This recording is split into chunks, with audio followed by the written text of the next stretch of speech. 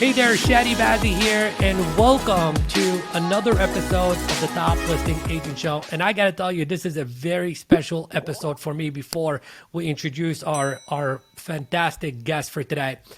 I remember sitting in my living room sometime in 2017, just browsing, Facebook and the internet like everybody does. And then I seen this something, it was an ad or something just show up on the news feed, and it caught my attention right away because it had in the title something about selling 100+ homes a year, and I was like, all right, I gotta check this out. And what it was our guest today promoting a brand new book, how to sell 100 homes a year, and I was like, I gotta get a copy of that. I know how to do this, but I gotta get a copy of that. I want to know what this person's up to and what they're doing.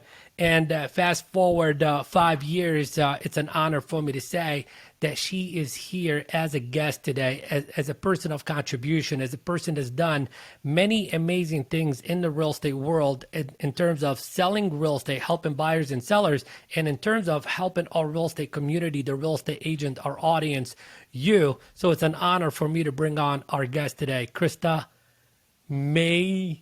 Yes, Daddy, you got I have it. to get that last name right. Mashore. Thanks for having me. You're Krista. so cute. You got like one of my first books. So we ended up changing the cover.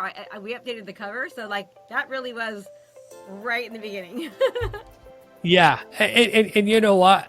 I read the whole entire book myself, and I've recommended it to even some of my clients, and it's definitely made a huge difference for the people that actually applied what you are teaching in the book. So thank you very much for that, and thank you for being on the show with us today. So that was my little introduction. Why don't you go ahead and tell our audience who you are and why you're so amazing? You're so cute. You're kind of so flattering. I'm not used to that. But first of all, thank you for having me. I love your podcast. I love that you just do so good and so well, and you're impacting so many people's lives. So I think that's awesome. And right now, more than ever, agents need that. Like there's so much fear going on, and people are just so worried about, the recession and the war and interest rates and everything. And so I think it's now needed more than ever. So listen up, everybody. Keep watching him, and make sure you give him a 5-star review right now. Yeah. Yes, go right now and do it. I have been in real estate for 21 years, and I've sold over 2,300 homes in my career, not with a big team, pretty much almost always as a solo agent, with the exception of the past 4 years when I left to start coaching agents. And so now I have over 1,000 students that coach with me. We have, hundreds of students every month go through our podcast, through our boot camps. And I have always just, I used to be a teacher prior to getting into real estate. I taught 3rd grade for 6 years. I wanted to be a principal, and then my daughter got really sick, so I left teaching to be a stay-at-home mom and thought I'll just play real estate, and ended up, anyways, it was a long story. My husband had an affair, and we ended up splitting up, and so I had to be a realtor full-time. And my first year, I sold 69 homes alone, all buyers. It was, and if you know anything about back then, 21 years ago, like imagine using the Thomas Guide and having to show 15 properties and looking them up, and it was a nightmare. And pretty much every year thereafter, I've sold over 100 homes. I very quickly, after about 2 years, turned into a listing agent. In my best year in the industry, I sold 169 homes myself without another licensed agent. I just had an assistant and a transaction coordinator, and that's pretty much it. Wow, incredible. Like I am so taken by your first year selling 69 homes in the first year. There's people who have been in the industry for, 6 years or 16 years and haven't even gotten to that level of production per year. How did you do so well your first year? Was it, I don't know, was it luck? Was it work ethic? How'd you do it? Tell us about that. Well, that's a good question. So, and it's kind of a blur because that was when my husband had, one day I got a phone call and someone said, hey, your husband's having an affair, basically. We had just bought in a brand new house. Within a couple of weeks, my bank accounts were completely drained. I had 2 little girls, and no money. And I got a knock on the door, and the girlfriend was at my doorstep, picking up my daughters to take them away for Thanksgiving. So it was a pretty low time, but it was a survival. So I had to, right? It was like my whole goal was to keep my kids safe in their house. I haven't lived at home since I was 13. was in foster homes and group homes and that kind of thing since I was 13. So my whole goal was to keep them safe, so my really compelling why was that. And how I did it was I worked my butt off, and I realized just how hard I worked my butt off forever now that I think about it. But I really studied the market, and I always wanted to be very different. So when I first started, I realized how important it was to have a marketing budget. So when I sold my first house, I put like almost the entire amount of money that I made after I paid my bills into a marketing budget. I really studied my competition. I studied other industries to see what they were doing, and I tried to just be as different as possible. So right off the gate, I started, I had my face on buses, and I marketed my homes on Comcast television. While people back then were doing, black and white flyers. If they even were doing flyers, I was doing 4-page colored brochures. I was sticking a CD on the sign with like 30, 60 images, on a CD that was on the sign. I just really tried to do everything that most agents weren't doing. And I just continued to do that. So I always tried to really be ahead of the pulse, if that makes sense, and to analyze what areas of weakness were there in the market, what areas were my competition doing well that I could do better, what areas weren't they doing well that I could then capitalize on. And I just made it a point to be a marketer from the very beginning. And I think that's where most agents lack, is that they want to be a top producing agent, but they don't want to market themselves. And if you're a marketer first, it's so much easier to be a top producer. And when you market differently than everyone else is doing, right? So like, when social media first came around, and like you said, you saw my ads on, I was doing those for 5-6 years on social media in my own city, running videos, running ads behind it, putting an ad budget there, making sure that anybody who thought about real estate, they knew my name and my town. And they did, because of the marketing was such of a huge aspect, not only for me, but also for my properties that I would sell. So that was kind of how I did it. I wrote down a bunch of stuff because I want to expand on this. I think one of the greatest gifts that I've been blessed with is to, hear things in between the lines. And that's what I want to do. I want to extract as much from you as I possibly can, so our audience is able to unpack it in a way that they can actually apply in their business. And I heard a lot of different things, but the one thing that, stuck in my mind immediately is that you were at the lowest of lows when you got started in real estate, yet you outperformed people that have been in the business for 10, 15 years. And that right there requires a very strong mindset. It requires actually even more than mindset. It requires emotional mastery, because I can only imagine what you were going through emotionally at that time. So, and I think right now, given the fact that, there is going to be a shift sooner or later, it doesn't matter when, whatever, something's going to happen, and people already freaking out emotionally. So that's kind of like divorcing their current business, going into the next business, way of doing the business kind of thing. How do you keep your emotions in check and do your job no matter what is happening in your personal life? Because that's relevant right now. How do you keep your emotions in check and show up and serve your clients and do your best every single day, regardless of what's happening with the interest rate, regardless of what's happening in inventory in your marketplace? Can you talk a little bit about that, Krista? Yeah. So mindset for me is huge. Like I always say, mindset before skill set, right? And I really, really believe that. And I know, and mindset is something like, for example, I don't know if you know who Napoleon Hill is, but I'm a huge Napoleon Hill fan. And he talks about, there's like the 13 success principles, and one of them is like, having a really strong belief, right? And like the things that you say to yourself and you're thinking, and then the cool thing about these success principles is that all of them can be, you're not born with them. They can be learned, right? So he literally interviewed thousands of successful people, and they all had these 13 success principles, 13 or 16. And he was like, no one's born with that. Like, but persistence is one of them, right? Like nobody wakes up every day and goes, I want to be persistent today, right? I want to, like, you have to go for it. I mean, it's like you have a choice no one is going to save you, right? And I'm just going to be very clear, and not to be scary, but we're already in a recession. Like winter is here, and it's going to be here for a long time. Now, that should make most people happy, because during the recession and during like depressions, so many multi-billion-dollar companies were made because most people retreat and they're scared, and so they're paralyzed and they pull back. Now is when you should be like going for it, putting money towards your marketing, going all in, giving exceptional value, like really positioning yourself as different, because people need different. And I do believe, and people are gonna get mad at me for saying this, but I think if you're getting paid 1.5% commission, if you're just doing what everyone else is doing, putting up a sign, doing a flyer, you are grossly overpaid, right? Most agents are not investing in their knowledge and their ability to really truly serve at the highest level. They are mediocre, right? They are a commodity, and a commodity is irreplaceable.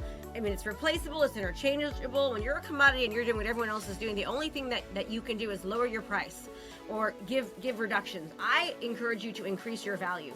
During a recession, I just watched this super private mastermind with Tony Robbins and Dean Graziosi, and they were like, the very best thing that anyone can do right now during a recession is invest in themselves, invest in their skill set so that they can position themselves as absolutely different from their competitors. Now is the time to go all in, because people around you, they are going to start dropping like flies. I saw it happen during 2008, and they just dropped like flies. They weren't willing to change. They didn't want to do short sales. They didn't want to do foreclosures. They didn't want to, travel the country and go to the 5-star events and meet asset managers and all that. And I was like, I'm doing it, And so I remember I was working for around 13 different asset management companies and banks. Like I had the HUD account, Wells Fargo, Wachovia, Green River Capital. I can keep naming them, Nationwide Army of Brokers, because I was willing to do what wasn't fun. I mean, I'll tell you, selling foreclosures was not fun. Doing short sales was not fun. It was hard. Like doing, 20 BPOs in a day and then spending 7 hours, and then all of a sudden the system goes down. You lose all of your information. I mean, I could tell you that happened on a very regular basis back then, but you have to be willing to push, because nobody's going to push for you. Nobody's going to come save you. You've got to save yourself. You've got to push. You've got to do what's hard. You've got to be consistent. You cannot stop. What I see agents doing is they stop because they do not see the results. They're not consistent. Things get hard. And so they just stop doing it, right? And they have to understand that, in real estate, you can make, so this is crazy, Chadi. So when I left teaching, I was a teacher with a master's degree. I had taught for 6 years. Full time in a year, I was barely making $60,000 in a year. Okay. My best month in real estate, I made over $360,000 in gross commissions. Now that is insane. And you're talking like an average of a $300,000 price range, right? It wasn't like I was selling, these expensive homes. I was just selling a lot of them.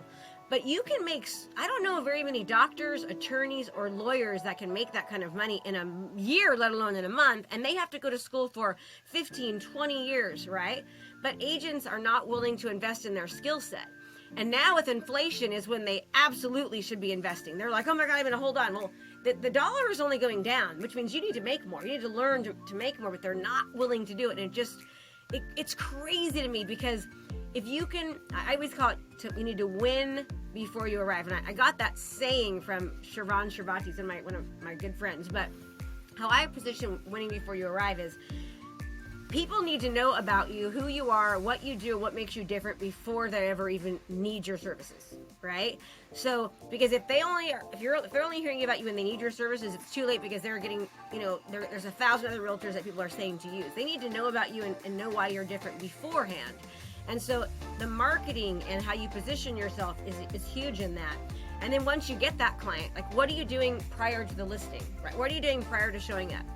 I can tell you, we've got like a 14-step process that before a listing appointment, I do these 14 things, and I get there and commission doesn't come up. They don't hire any other agents. They cancel their appointments because I've done what no one else is willing to do. And the agents will say, my God, you do all that? I'm like, yeah. Back then it was a $6,000 commission. Now it's like a $15,000 commission. Yes, I'm willing to do that. I was only making, that like 2 months teaching. I'm willing to do that. Yes, I am. I'm willing to invest in my business and my marketing to spend money to make more. Wow.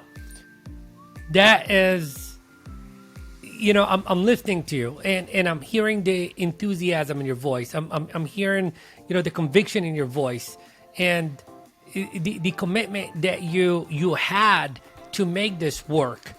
And you mentioned the word belief. And I'm telling you, and you notice because you worked with thousands of agents all over the country as well too, you know, that's the key indicator right there in terms of like how much you're able to take, you know, how far you're able to take this business. So obviously you believed that you can do this. You didn't have a choice but to make this happen. So how do we develop the belief system?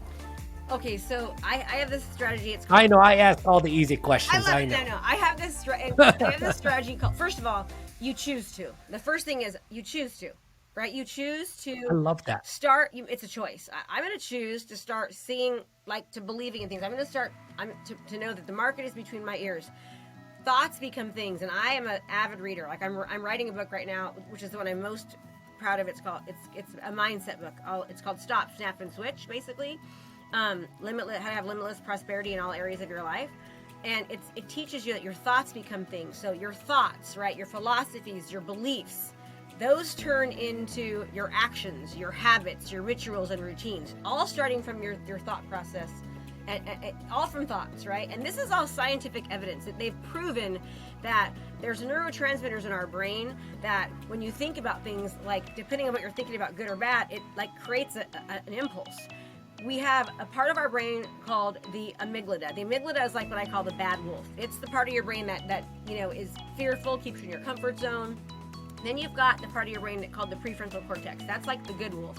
It's the part of your brain that says you can do anything, like go for it, get out of your comfort zone, take that risk, like keep pushing, like you've got this, right? And the research shows that these parts of our brains grow. So the more that I stay stuck, I don't keep commitments to myself, I'm fearful, I don't take action, I retreat, I stay in my comfort zone, the stronger that muscle becomes. And it's the same case with the prefrontal cortex. The more that you use it and you work it and you know, it starts to grow. And what happens is the goal is to get, and you know, and the amygdala is not a bad part, right? The bad wolf is bad, but the amygdala is not bad. It's there to keep you from like jumping off of a ledge. It's keep you to make sure you run when a bear comes. But that kind of fear is different than fear of investing in yourself, you know, going for it, like taking risks, taking chances, jumping out of your comfort zone. If you can do that more often, it's like it's limitless what can happen. So we have between the Stanford study, or Cornell, sorry, there's a Cornell study that shows that we have between 12,000 and 60,000 thoughts every day.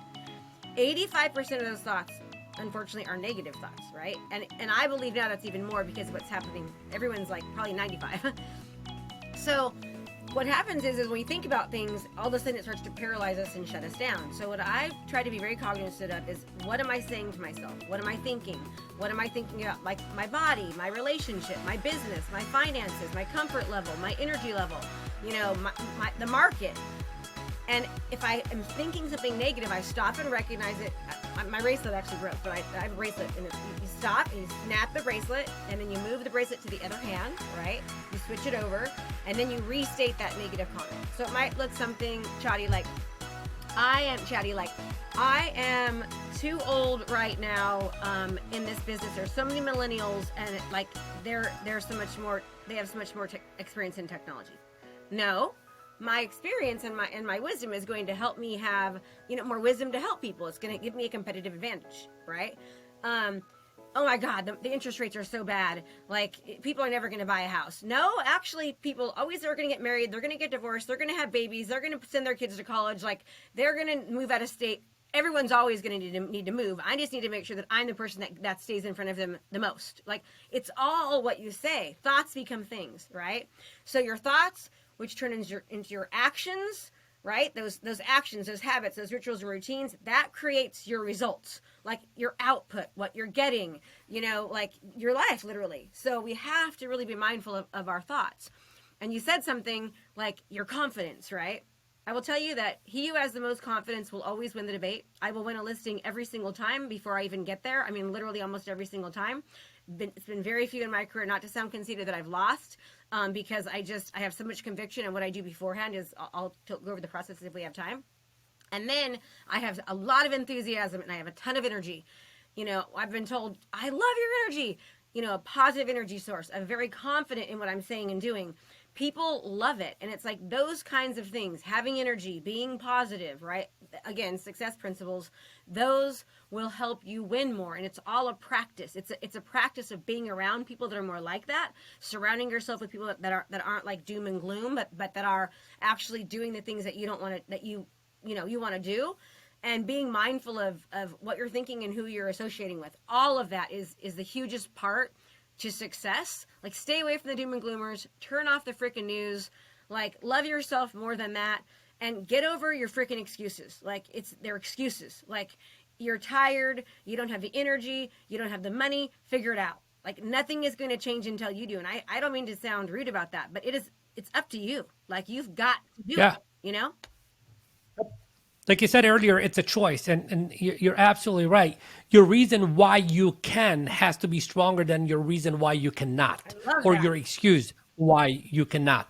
And Krista, you're absolutely right. He or she that has, like, I was doing a training with my listings on demand clients earlier today, and I said, look, it's your confidence and the likability factor that is going to win you more listings than just about anything else, because we all want to be in the presence of people that we like. We all want to be in the presence of people that make us feel good. And obviously, I'm loving being in your presence right now because I do love your energy and your conviction and all that stuff. So I got a question about that. Were you always like that? And the reason I'm asking you that question is because some people are going to like look at me and look at you and they're going to say, I could never be like that. That's a choice. You can never be like that is a choice, because you can be like that, and you can even be better than both of us combined if you choose to be. So were you always like that? Because for me, I'm the shy introvert. Like, I used to see my shadow and I used to think there's somebody behind me, and I just like turn away and walk away from my shadow. And then like now people look at me like, like that's crazy. So were you always like that or not? And what did you do to become that? So I share this story only because I think it'll help certain people, because I think a lot of times people look at people and they make excuses as to why they can't do something, right?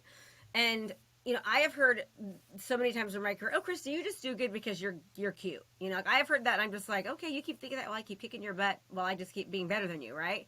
And now I'm 50 years old, so I don't hear that as much. But I have not always been that way. I was raised in a very loving family, but also in a very abusive family. I was physically abused by my mom, and so when I turned 13, I started running away from home. I found myself living in abandoned cars, living in RVs, living in my friends' closets where their parents didn't know I was there. This happened for over a year until finally I got thrown in juvenile hall, and then I got sent to a group home. It was called Group Home Hidden Hills for Girls, which was nothing hidden about it, because I got dropped off in a big, huge green bus every day in high school that basically labeled me as a complete screw up. So people chastised us, they made fun of us, they didn't talk to us. And then from there, I got sent back home, but the abuse was still happening, so I ended up getting sent to a foster home for the rest of my, And so I haven't lived at home since I was 13. With physical abuse from a parent, there is a lot of psychological shit that happens in your head, right? Like feelings of not being good enough, massive anxiety, fear, shame, embarrassment. But mostly I would tell you it's the feeling you get when you have a physical abuse from a parent is you just don't feel worthy, right? You just don't feel like you're good enough. So I have had to work on, and I've done it through reading books, through listening to podcasts, through making it my own personal manifesto, from like fully on working on my mindset and every day focusing on things I'm doing well, things I'm grateful for. I visualize what I'm going to do tomorrow, what tomorrow's going to be like for me. I set my intentions for the next day. And it's not that I always am perfect. I mean, like I was in the shower a couple weeks ago and I was like just being super negative. I'm just like, I just found myself just like that negative self-talk. I'm just like, oh, that a-hole, what happened there? And then I was like, what are you doing? Like, stop it. Stop it. This is not helping you. So it's like, we're human, so we have to recognize when those things happen. But it's like, instead of being in a rut or a negative state for, hours or days or weeks or months, I choose to make them be moments, right? Moments, and recognize them as soon as I can, so that they're moments of negativity, and then I can quickly change that. And I'm not perfect, to make mistakes. I definitely have problems, but I have just learned to master my thoughts. And and your thoughts become things. I mean, I will say that to you over and over again. I know it sounds so like, oh, that's easy. Thoughts become things, but they really do become things. And they're, you know, the book that I'm writing, Stop, Snap, and Switch, I've just been doing so much research about the brain and our thoughts and positivity and, you know, showing gratitude and, you know, celebrating your wins. You know, what gets celebrated gets replicated, right?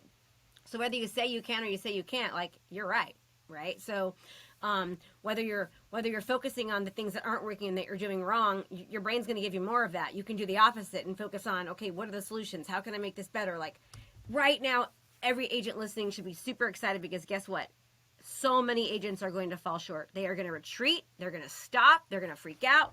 And they're not, gosh, it looks so red right now. And they're not going to be doing like the things that they should be capitalizing on this market right now. Be the agent that chooses to capitalize. Be the agent. I mean, when the year I sold 169 homes was the year during foreclosures, right? I changed my business model. I started working for the banks, and it's the same thing now. Just you have to, what worked for you for the past 8 years is not going to work for you for the next 2. You have got to revisit what you're doing. And a good example is when 2008 happened, I transitioned to doing short sales and foreclosures. And then I sold, you know, hundreds and hundreds of short sales and foreclosures. And then the market got better, and I lost a listing. And so I called and said, hey, you know, would love some constructive feedback. You know, what made you choose the other person? And they said, well, Krista, he called you the foreclosure queen. And I was like, oh my God, I am the foreclosure queen. Like, nobody knew me. That's all I was selling was foreclosures for like 5 or 6 years. I wasn't marketing myself. And I realized, oh my God, I'm starting over from scratch. I have to completely like, nobody knows me. Like, you don't market foreclosures. You're embarrassed to. There's dog crap all over the floor half the time. They don't, you know, you don't want to market those. You're foreclosing on people. And so I started studying what the Fortune 500 companies were doing. I went and got a bunch of designations, and I started studying marketing. And I realized, okay, I need to become a marketer. So I started like looking at Google and Nike and Whole Foods, and what they were doing is they were like always creating a ton of content. They were like serving and helping people, and so I was like, that's what I'm going to do. So I went and got a credential like for marketing luxury homes, and then I paid a significant amount of money to learn how to start marketing on Facebook. And very, very early on, I started learning to do Facebook ads, and I paid to learn this stuff, right? And then I hired a videographer to start doing videos of me, and I just started creating videos and taking those videos and putting them out on social media and like targeting my local area and retargeting and just like putting myself in front of people.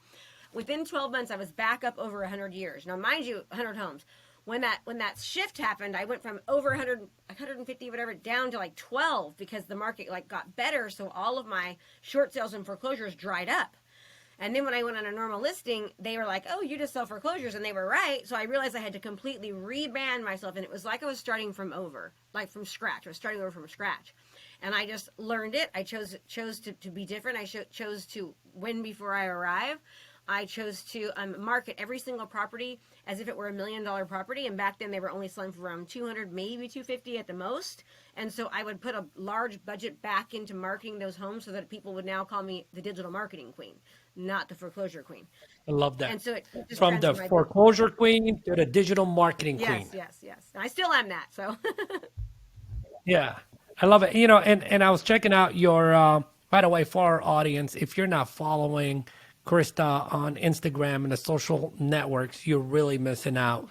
Because, you know, I went to her Instagram and I'm like, okay, you know, one of the questions I always get from my clients is like, what should I be doing in stories? Guess what? She did a post on that. What kind of content should I be creating? She did a post on that. So make sure you check her out on Instagram, etc. So look, earlier you said we are in a recession. Okay. So agents are freaking out. Okay. What are 3 things I need to do now to recession-proof my business? Number 1, start creating as much video content as possible. Okay. Number 2, properly distribute it. Put an ad budget behind it so it's actually seen. Less than 0 to 2% of posts on social are ever seen. So you're posting your videos, you're posting your content. If you're not putting a budget behind it, no one is seeing it, right? You want everyone in your community to see you over and over and over again. You have to pay to get people to pay attention. You've got to pay to play. So you've got to put an ad omnipresence, yes. Omnipresence. Put an ad budget behind it. And number 3, watch who you're associating with. Hang out with people that are doing things that like learn to master your craft. master your craft. You've got to master your craft. What is everyone doing that you could do better? What are people not doing that you should be doing? Study your market and look at the areas of weakness and become the category king or queen of that, right? So let me that's my advice. And also obviously the mindset comes along with that in huge ways. But let me tell you, sellers are always great, right? Sellers bring buyers, and sellers, they'll really help you. And before I jump onto that, I'm kind of going all over the place. But when you create video content, what I want you to think about something is this: when you go do an open house, or the second you stop doing an open house, or you stop cold calling, or you stop door knocking, the second you stop doing that, your business stops.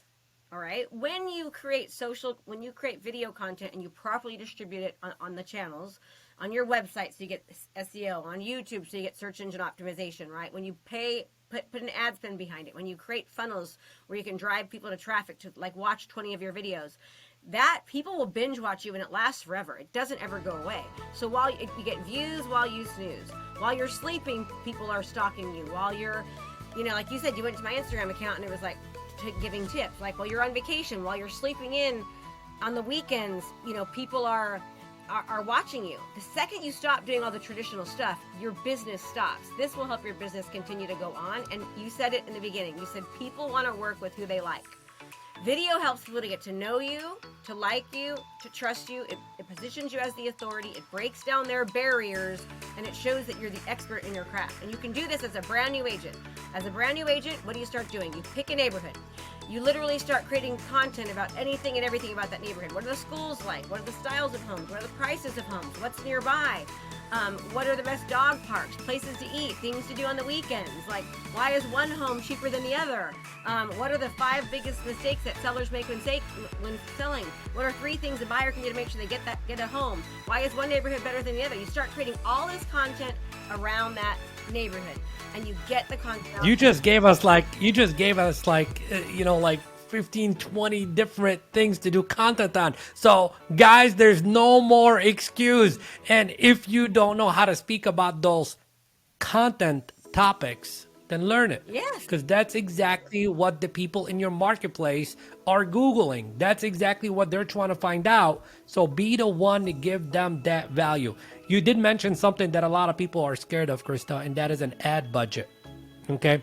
So how much is a minimum that a person should be spending to push each and every single one of their videos? Or is it each and every single one of those videos, or is it every other video?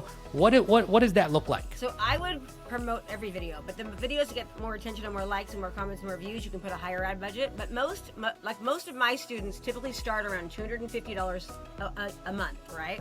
And I encourage them to create. It's not bad at all. Not bad at all. But it's great if you can start at 500.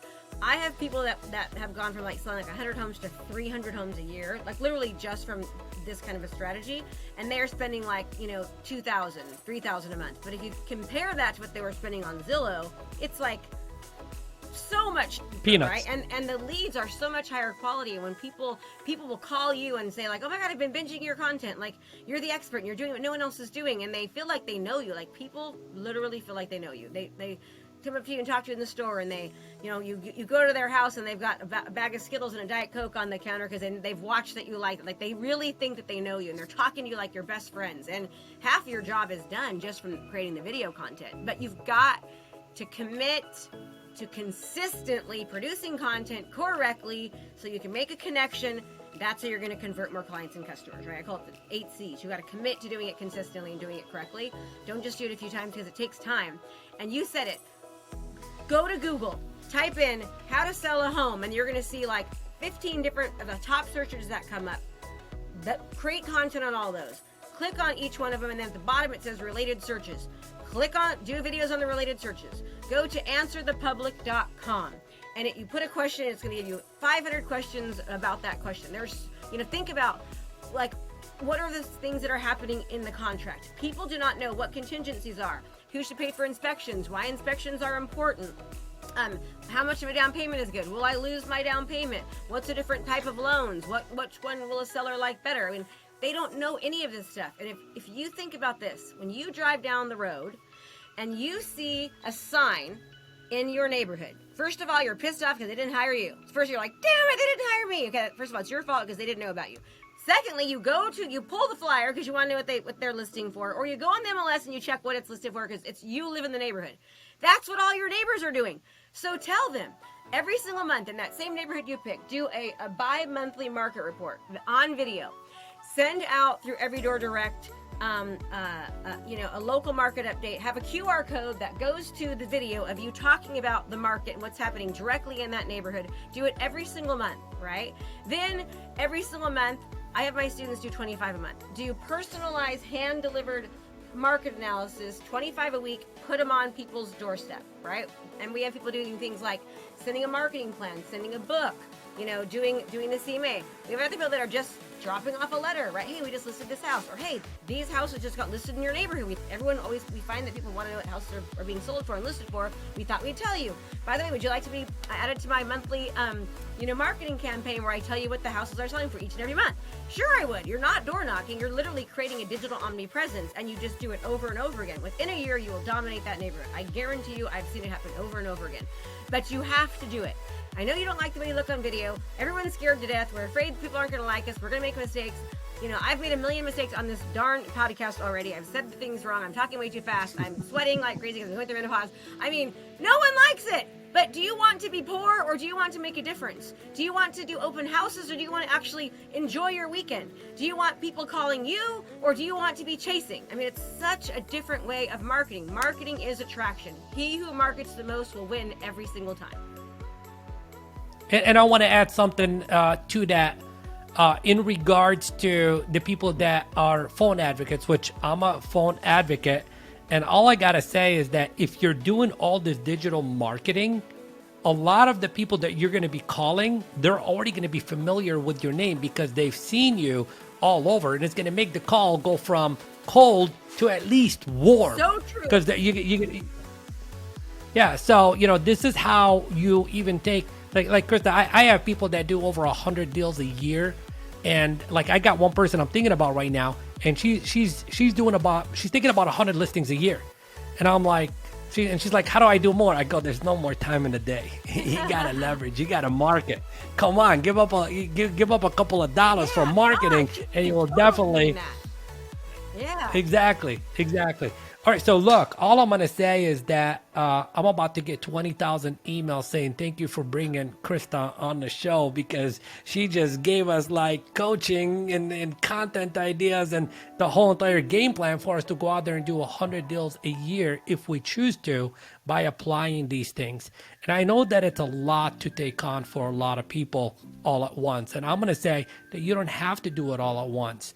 Go back and listen to this podcast more than one time. Don't depend on my show notes, because what I hear may be different than what you hear. Okay. Take your own notes. And then after you take the notes, circle the parts that really speak to you and resonate with you and that you need to be working on immediately. And if these are areas that you just can't do on your own, then simply reach out to Krista and say, Krista, we need a little bit more help. And then she will walk you through, her team, her company will walk you through what you need to go through in order for you to level up. But I did hear one other thing that she mentioned that's going to make or break everything that we talked about today. And that is, be careful who you are hanging around with right now. Is their voice plussing you? Like, are they plussing you? Or is their voice robbing you of your energy, robbing you of your belief? Because right now, more than 2, 3, 4 months ago, more than ever, you need people that are speaking positivity to you, people that are injecting you with positive energy, people that are injecting you with confidence and the belief that who you are is someone that's going to thrive in the next market. And thrive or survive are two different things, but they share one thing in common, and it's a choice. Make the choice to be the better version of you right now, and you will win. And we would love to applaud you and congratulate you and meet you at the success finish line. With that said, Krista, people are gonna wanna reach out to you. Where can they find you? Like, where do you want them to go to? Thank you. Because I want them to go to you. You're so cute, Chadi. I love you. So every month I do a boot camp that is virtual, very affordable. It's like the cost of a couple cups of coffee, and it's 2.5 days. It's my team is live. I'm there live coaching, and we just go over how to create content, what to say, how to get people to actually see it. And we go over a way of attracting sellers, and once you get a seller to say hello, how to actually convert that seller. And it's loaded with information. Like, we've got literally hundreds and hundreds of people saying, "Oh my God, I learned so much in that." So it's 2.5 days, twice a month. You just go to KristaMashore.com/bootcamp-podcast.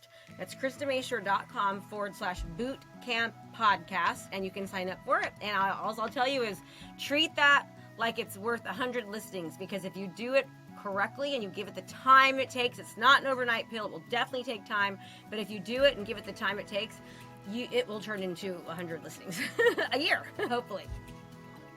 I love it. And we will make sure that we put that in the show notes. So if you're driving around listening to this, make sure you go to tlashow.com and look in the show notes. We'll link up to your Instagram. We'll link up to your Facebook. We'll link up to the bootcamp and everything else. And Krista, the final question is this. Is there a question that I should have asked you today that I did not ask you that I should ask you? You're so cute. I gotta say, I have had a good time with you. I'm not just saying it. I enjoy your energy. I love your smile and attitude, and I can tell why you are an amazing coach, because I love it. It's part of the reason why you're successful is because of your attitude. The biggest advice I can give people is stop being an observer, right?